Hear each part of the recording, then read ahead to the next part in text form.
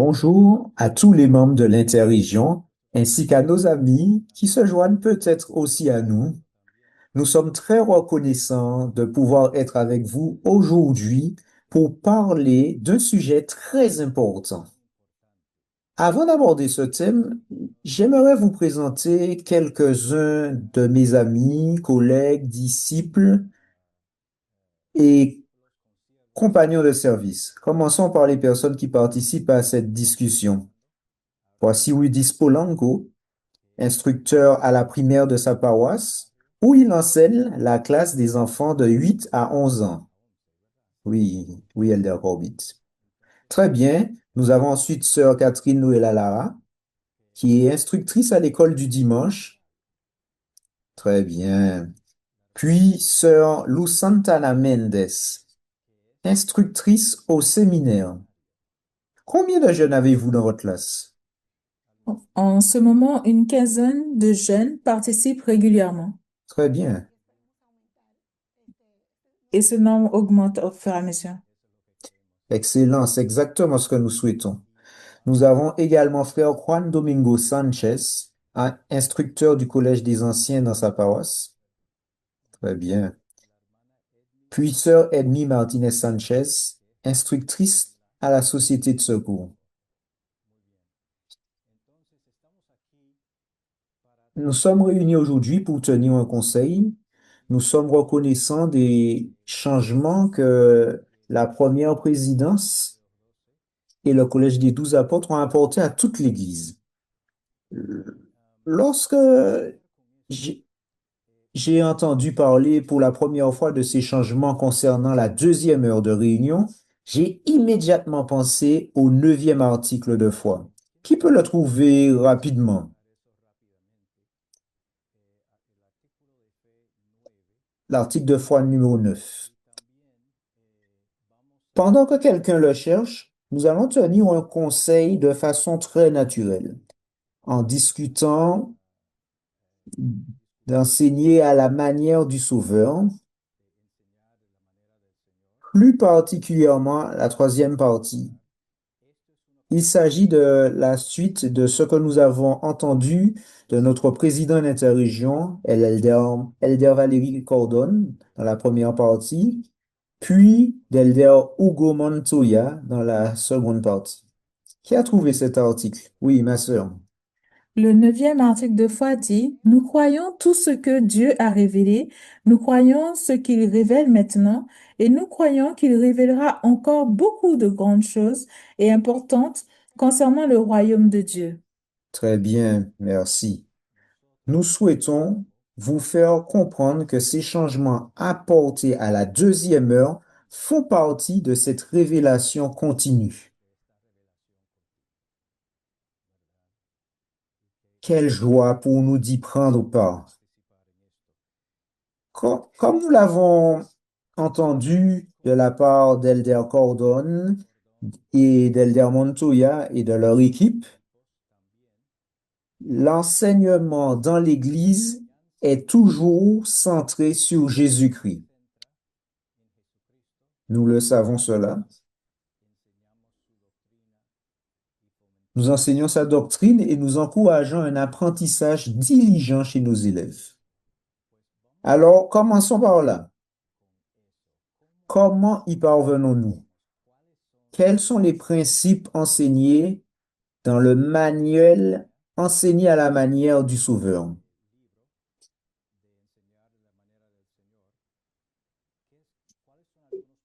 Et comment les appliquez-vous dans votre enseignement?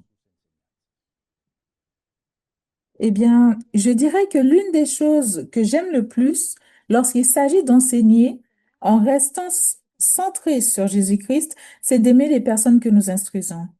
Je dois avouer que c'est l'une de mes parties préférées parce que j'aime savoir que je peux être comme notre Père céleste et comme le Sauveur, ne pas voir les enfants seulement tels qu'elles sont aujourd'hui, mais telles qu'elles peuvent devenir.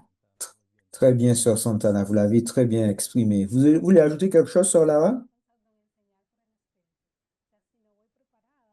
Oui, je pensais que à l'importance d'enseigner par l'esprit. Si je ne suis pas préparée, le message n'atteindra pas les frères et les sœurs. Ils repartiront comme s'ils avaient un vide.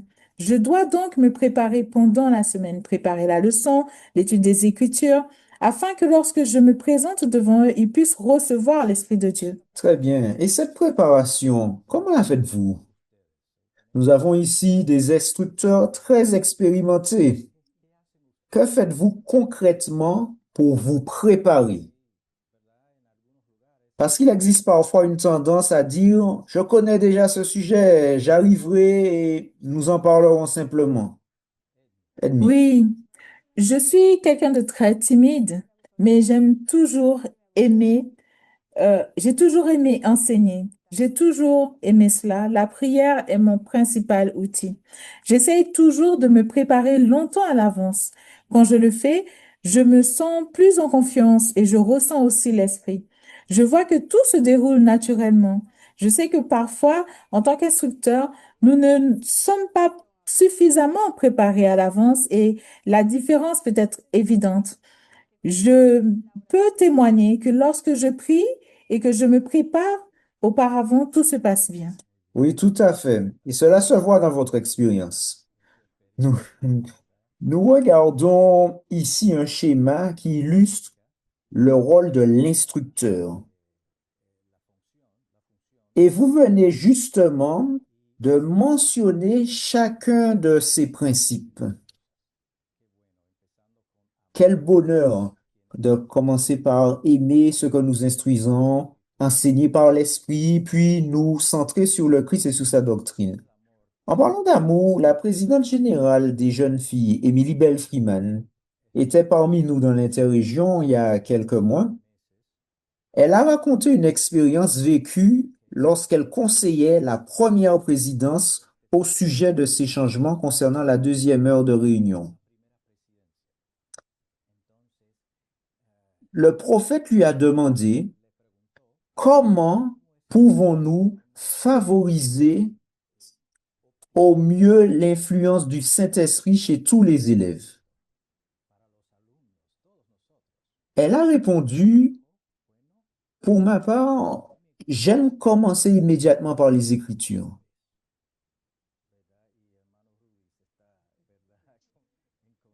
Puis, selon son récit, le prophète a ajouté,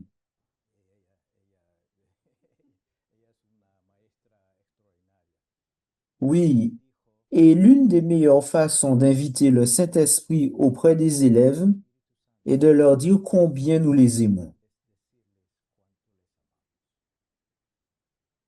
C'est justement ce dont nous avons déjà parlé aujourd'hui. Très bien. Quelle autre suggestion pourriez-vous donner pour différentes situations d'enseignement et pour différents groupes d'élèves? Nous enseignons à de jeunes enfants, à des jeunes, des femmes, des hommes. Quelles autres approches concrètes utilisez-vous pour favoriser l'influence de l'esprit et aider vos élèves à se convertir davantage à Jésus-Christ? Par exemple, récemment, j'enseignais une leçon fondée sur un discours d'Elder Patrick Kiron intitulé Au service du Père. J'ai demandé à un élève que signifie être au service du Père. Il a répondu en racontant l'épisode où Jésus enseignait dans le temple, tandis que Marie et Joseph le cherchaient. Lorsqu'ils lui ont demandé pourquoi il n'était pas avec eux, il leur a expliqué qu'il était occupé aux affaires de son Père, qu'il accomplissait la mission pour laquelle il était venu. Et cela m'a rappelé que nous devons, nous aussi, rester concentrés sur ce que compte vraiment. Nous devons comprendre notre rôle, notre appel et ce que le Seigneur attend de nous. Et ce sont ces choses qui nous permettent de développer notre potentiel divin et de devenir davantage semblables à notre Père céleste jusqu'à parvenir à la stature du Christ. J'aime beaucoup ce que vous venez de dire. À mes yeux, ces changements représentent une occasion pour toute l'Église d'améliorer l'enseignement. Les changements apportés à la deuxième heure de réunion, ainsi que l'accent mis sur le séminaire, contribueront à améliorer la qualité de l'enseignement dans toute l'Église. Oui, faire pour l'encours.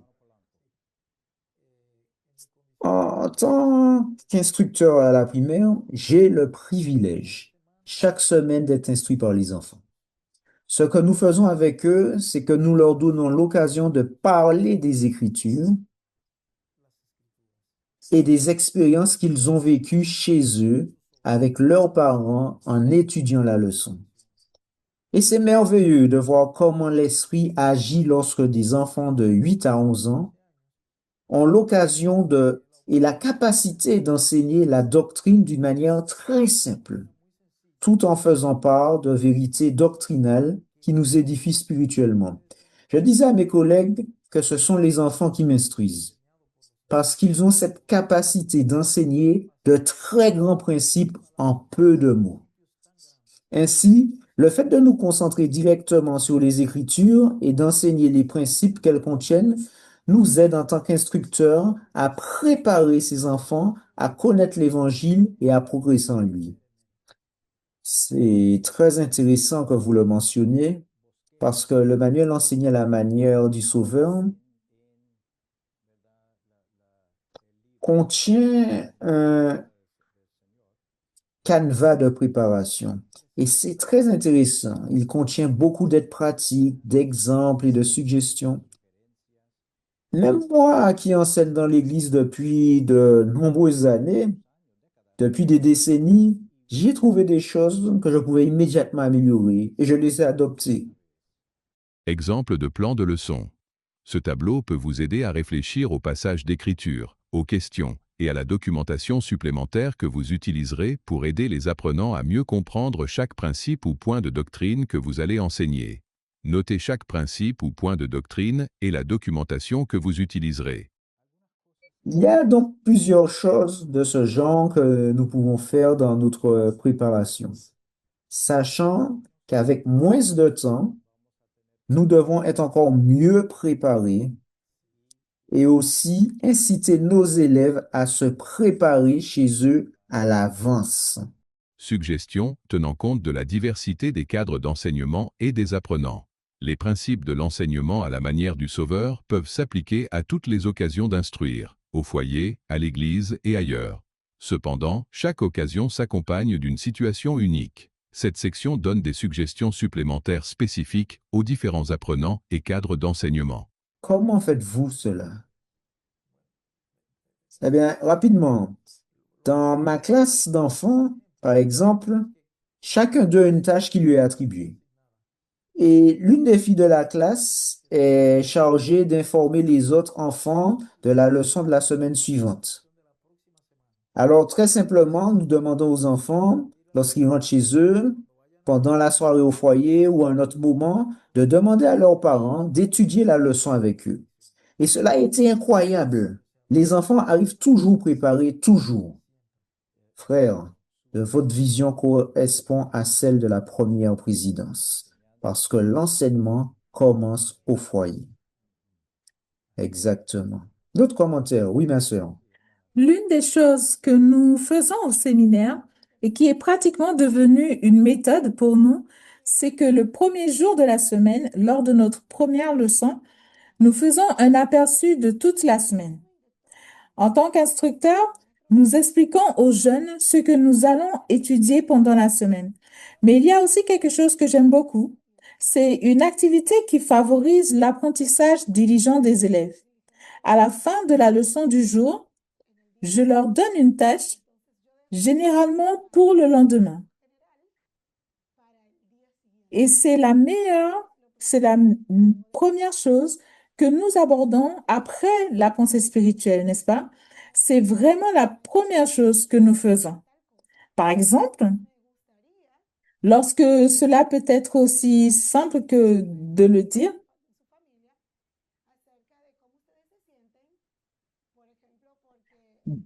demain, nous allons étudier tel sujet.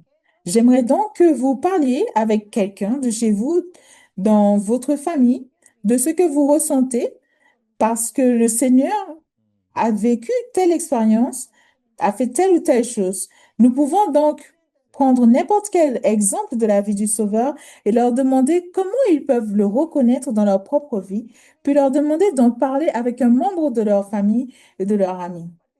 Et le lendemain, après la pensée spirituelle, la première chose que je leur demande, c'est alors, à qui, avec quelqu'un de votre maison, vous en avez parlé?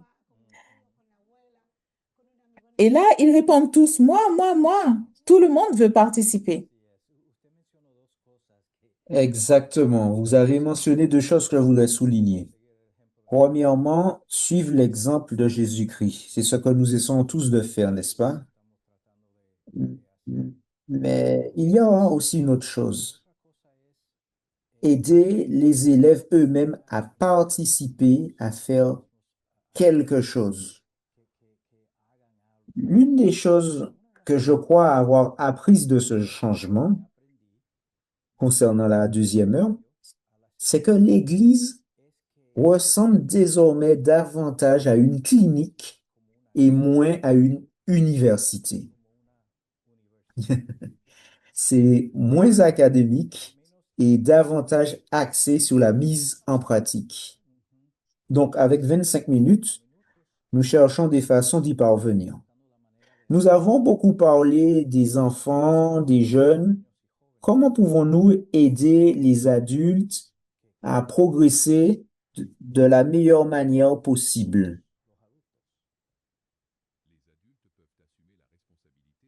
Eh bien, ce que nous pouvons faire, c'est envoyer la leçon dans le groupe que nous avons. Par exemple, dans mon cas, le groupe de la Société de secours, et faire comme ce qu'il vient de dire. Envoyer une partie de la leçon afin que les sœurs puissent arriver préparées. Cela pourrait aussi encourager celles qui n'avaient peut-être pas prévu d'aller à l'église ce dimanche. Exactement. Leur donner une tâche pendant la semaine afin qu'elles puissent se préparer. Et tout le monde participe. Oui, tout le monde. Quoi d'autre? Frère Sanchez, on dirait que vous souhaitez ajouter quelque chose. Oui, pendant qu'elle parlait, je me suis souvenu d'une expérience. J'enseignais un principe sur la charité dans la classe du Collège des Anciens. Un frère a dit que sa mère était décédée. C'était donc une occasion de le soutenir et d'assister à la réunion qu'ils tiennent au neuvième jour afin d'être avec lui. Cela a été une excellente occasion de lui apporter du soutien parce que c'est bien de cela qu'il s'agit, consoler ceux qui ont besoin de consolation et être témoins de Dieu en tout temps. Revenons donc à notre façon d'enseigner. D'autres parties de cette formation ont également abordé ce sujet. Que pouvons-nous faire pour inviter nos élèves à progresser vers le Christ et favoriser cette progression? Vous avez parlé, par exemple, de les aimer, de les faire participer, de leur donner des occasions de diriger. Quoi d'autre? Nous centrer sur le Christ, bien sûr, accroître leur foi en Christ. Quoi d'autre?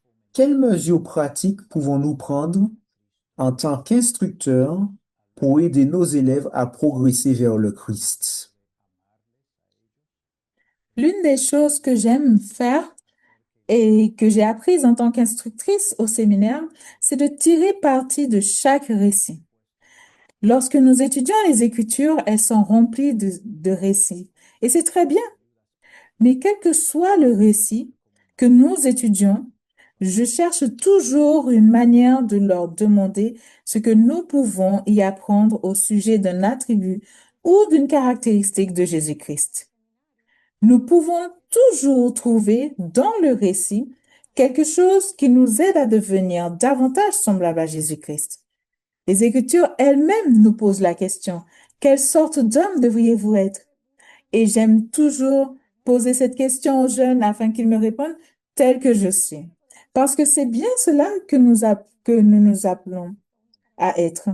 Ainsi, lorsque nous étudions, peu importe le récit ou le livre, Nous pouvons toujours rechercher des caractéristiques du Sauveur et aider les jeunes à les reconnaître, puis à les appliquer dans leur propre vie.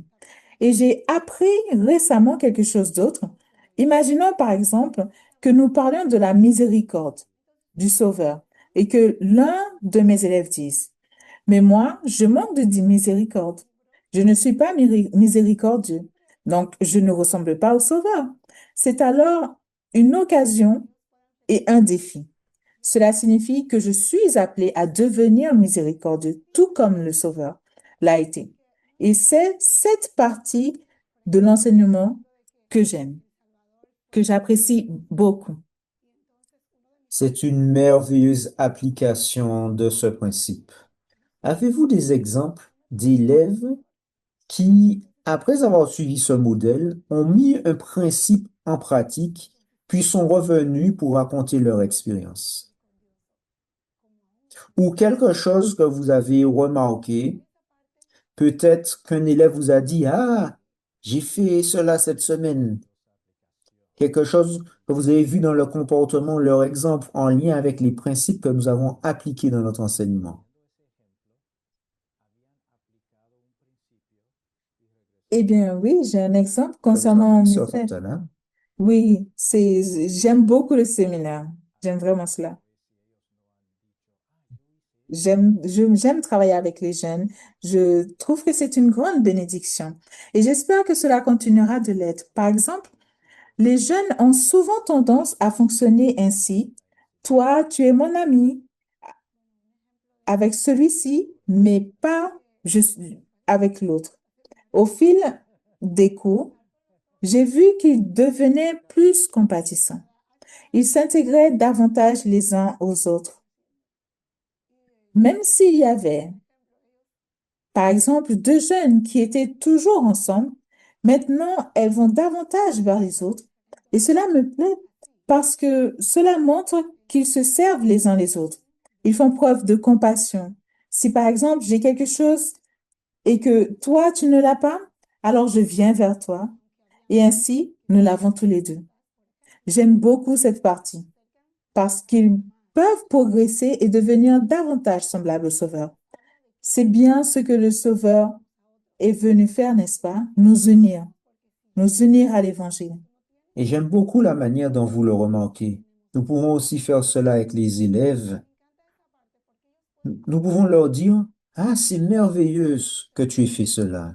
C'est quelque chose que le Christ aurait fait. Et cela fonctionne parce que les autres veulent faire la même chose. Exactement, parce que nous les encourageons. C'est beaucoup mieux que d'agir comme si nous faisions un audit, n'est-ce pas? Comme si nous étions là pour leur poser des questions afin de découvrir ce qu'ils n'ont pas fait. Au contraire, nous les inspirons à faire ce qui est bien.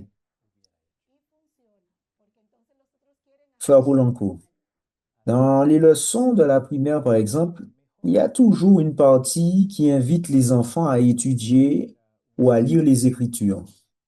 Lors d'une leçon, nous nous sommes fixés avec les enfants l'objectif de rentrer chez eux et de demander à leurs parents la permission d'afficher sur le réfrigérateur, sur la porte de leur chambre ou ailleurs, un passage d'écriture qu'ils allaient apprendre. La semaine suivante, ils sont revenus en classe pour raconter l'expérience qu'ils avaient vécue chez eux avec leurs parents, qui leur avait permis d'afficher une écriture et de l'étudier pendant la semaine. Et c'est merveilleux de voir à quel point les enfants ont la capacité, parfois même davantage que les adultes, de prendre des engagements liés à l'Évangile, de faire certaines choses et de les mener à bien. Très bien, très bien. En parlant des aides pratiques et des suggestions que le manuel nous enseigne, comment utilisez-vous les questions pour favoriser la progression spirituelle de nos élèves? Et pendant que vous y réfléchissez, je pense toujours à Jésus-Christ. Le président Hollande a enseigné quelque chose à toutes les autorités générales. À l'exception de la première présidence, nous étions tous présents à cette réunion. Il nous a dit, et cela s'applique aussi aux conférences de pieux, lorsque vous allez à une conférence de pieux, quoi que vous accomplissiez d'autre, assurez-vous d'accomplir ces deux choses. Premièrement, que vous ayez accru la foi des personnes en Jésus-Christ et en notre Père céleste afin qu'elles repartent leur foi soit plus grande. Deuxièmement, qu'elles souhaitent que vous reveniez.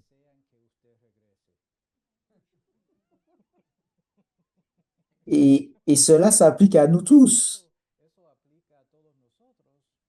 Nous voulons que les personnes aient envie de revenir dans nos classes, qu'elles attendent avec impatience d'assister à la société de secours, au séminaire ou à toute autre classe. N'avons pas encore parlé des élèves qui ont un handicap.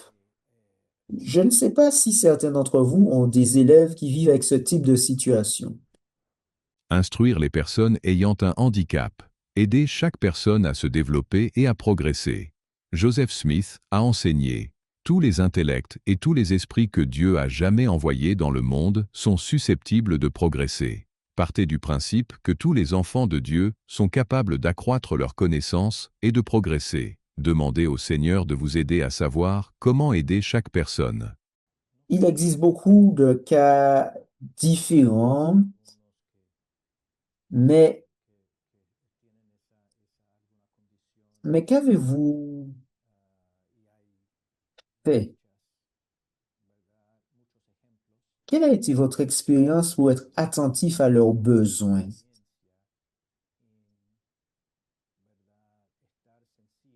Frère Sanchez a parlé des questions afin de connaître leurs besoins. C'est une façon de faire. Que pouvons-nous faire d'autre? Quelle suggestion avons-nous? Sœur Lara, Je n'ai pas de frères et sœurs dans ma classe qui ont un handicap. Mais je pense que s'il y avait quelqu'un ayant un handicap ou une condition particulière, je demanderais à un frère ou une sœur de s'asseoir à côté de cette personne afin de pouvoir l'aider pendant la classe. Cela pourrait être très bénéfique pour cette personne. c'est une façon de penser qui ressemble à celle du Christ. Très bien. Revenons au sujet des questions. Comment les questions aident-elles une personne à progresser? Au lieu de donner nous-mêmes les réponses, pourquoi poser des questions? Je sais que nous en avons déjà un peu parlé, mais je pense qu'il y a encore davantage à dire sur ce sujet. Eh bien, je dirais que l'une des choses qui rendent les questions efficaces, c'est que très souvent, nous allons poser une question sur un chapitre ou un verset que nous avons lu, n'est-ce pas? Ou alors nous posons d'abord la question, puis nous lisons le passage. Ainsi, les élèves savent à quoi ils doivent faire attention pour pouvoir répondre. C'est différent si je fais l'inverse, parce qu'ils risquent d'oublier ou d'être distraits. Du moins, pour les jeunes qui ont tendance à se distraire facilement, si je leur dis, nous allons lire tel passage et à partir de ce passage, nous allons répondre à ceci et à cela, à cela, à cela. Alors, pendant qu'ils lisent, ils savent déjà ce qu'ils recherchent. Et cela est également très efficace en ce qui concerne la gestion du temps. Et maintenant, nous aurons moins de temps, n'est-ce pas, pendant la deuxième heure de l'Église. Et c'est une bonne technique. Nous pouvons dire aux frères et aux sœurs, voici la question à laquelle nous allons répondre grâce à ce que nous allons lire. Alors, pendant la lecture, ils peuvent déjà rechercher la réponse dans leur esprit. Et dès que la lecture du passage est terminée, chacun sait s'il souhaite répondre et ce qu'il dira. Et cela est mentionné dans Enseigner à la manière du Sauveur. Alors, comment cela nous aide-t-il? Comment cela aide-t-il les élèves en plus de ce qu'a dit Sœur Santana, frère Sanchez? Cela les aide à sonder les Écritures. À ce moment-là, vous les invitez à sonder, à rechercher. Et concernant la question que vous avez posée, les questions nous aident à intérioriser, à nous évaluer nous-mêmes et à nous examiner. Nous faisons une analyse de notre vie et commençons à réfléchir, à méditer sur ce que nous ne faisons pas encore, sur ce que je dois appliquer pour devenir davantage semblable au Sauveur, sur ce que je dois mettre en pratique pour me rapprocher davantage de lui, pour avoir son esprit et ressentir davantage l'esprit. Ce sont des choses qui nous aident à nous examiner. Et nous les invitons à sonder les Écritures, à s'y plonger et à vivre les principes. Lorsqu'une personne vit les principes de l'Évangile et les met en pratique, elle veut témoigner. Une fois que nous avons vécu un principe, nous voulons en parler. Nous voulons aller dire aux autres ce que nous vivons, ce que nous ressentons. C'est une façon de faire. Par, par exemple, j'aime beaucoup le passage d'Alma 17 qui dit qu'ils s'étaient beaucoup livrés à la prière et au jeûne et qu'ils avaient été fortifiés dans la foi. Et quand ils enseignaient avec puissance et autorité de Dieu. Je me souviens toujours de ce passage. Ils jeûnaient, étaient diligents à sonder les Écritures. Ils se fortifiaient dans la connaissance de la vérité. Un autre point que je voudrais souligner, c'est notre intention. Je pense que lorsqu'un instructeur pose des questions, cela concerne davantage la progression de ses élèves que le désir de montrer à quel point il est brillant ou compétent. Je crois donc qu'une certaine humilité accompagne les questions. Je ne suis pas en train de montrer ou de démontrer tout ce que je sais. Je vous invite plutôt, vous, à réfléchir et à faire part de vos expériences. Cela me rappelle une partie de l'enseignement du temple, et je pense que nous pouvons le mentionner. Lorsque le Père demande au Fils, est-il bon que l'homme soit seul? Il n'est pas bon que l'homme soit seul. Il fallait que cette vérité soit exprimée. Le Père aurait pu simplement dire, il n'est pas bon que l'homme soit seul. Mais il a posé la question au Christ, af- afin que le Christ lui-même l'exprime. Et bien souvent, je le répète, il est plus important que l'élève énonce lui-même la doctrine, qu'il déclare lui-même la vérité, puis que nous validions sa réponse, plutôt que de tout dire nous-mêmes.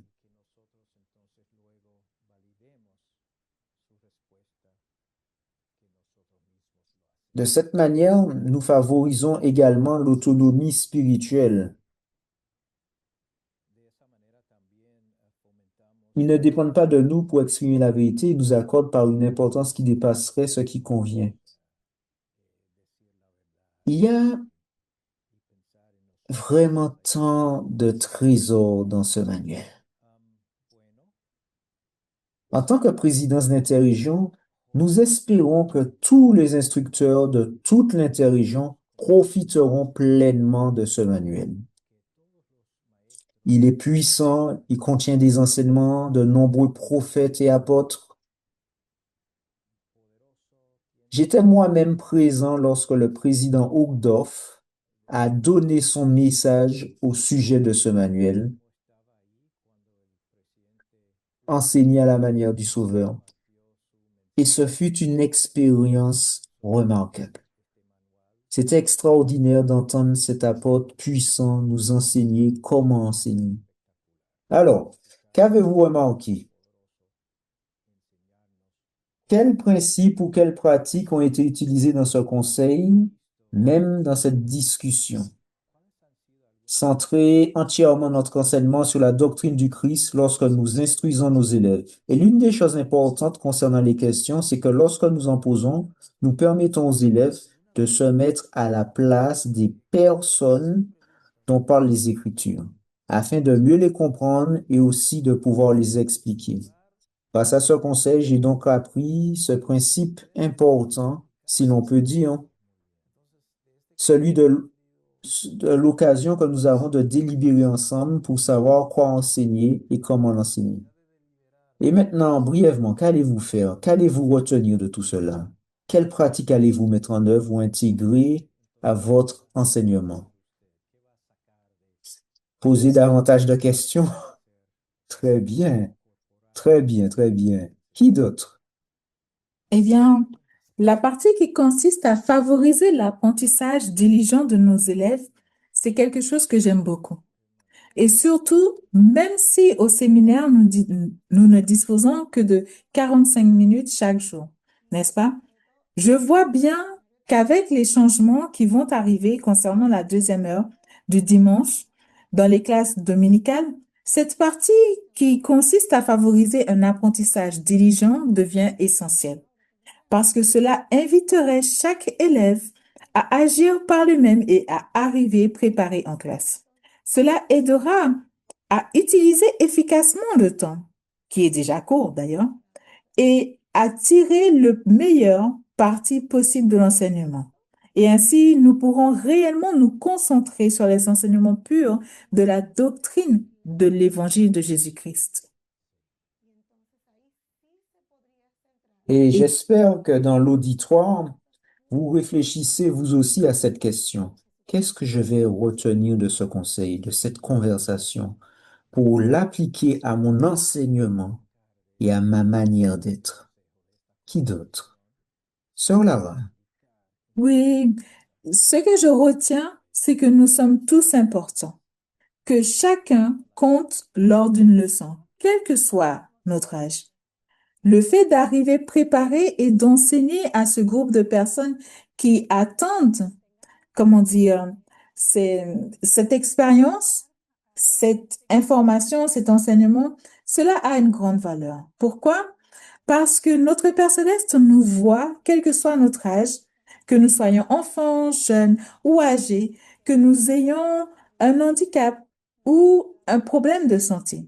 Nous avons tous une grande valeur aux yeux de notre Père Céleste. Et voilà ce que je retiens. Très bien, amigos. Envoyez les questions aux sœurs de la Société de secours à l'avance. Ainsi, lorsque nous serons en classe, elles participeront davantage à la leçon.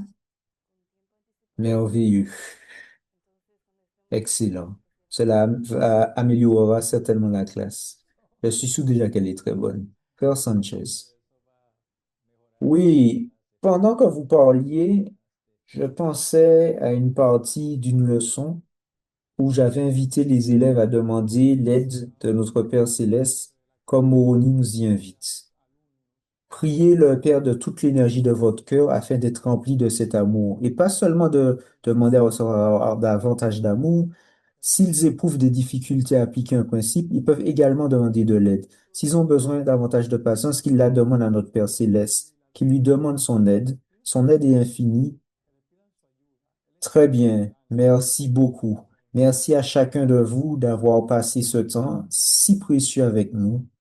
Moi aussi, j'ai appris.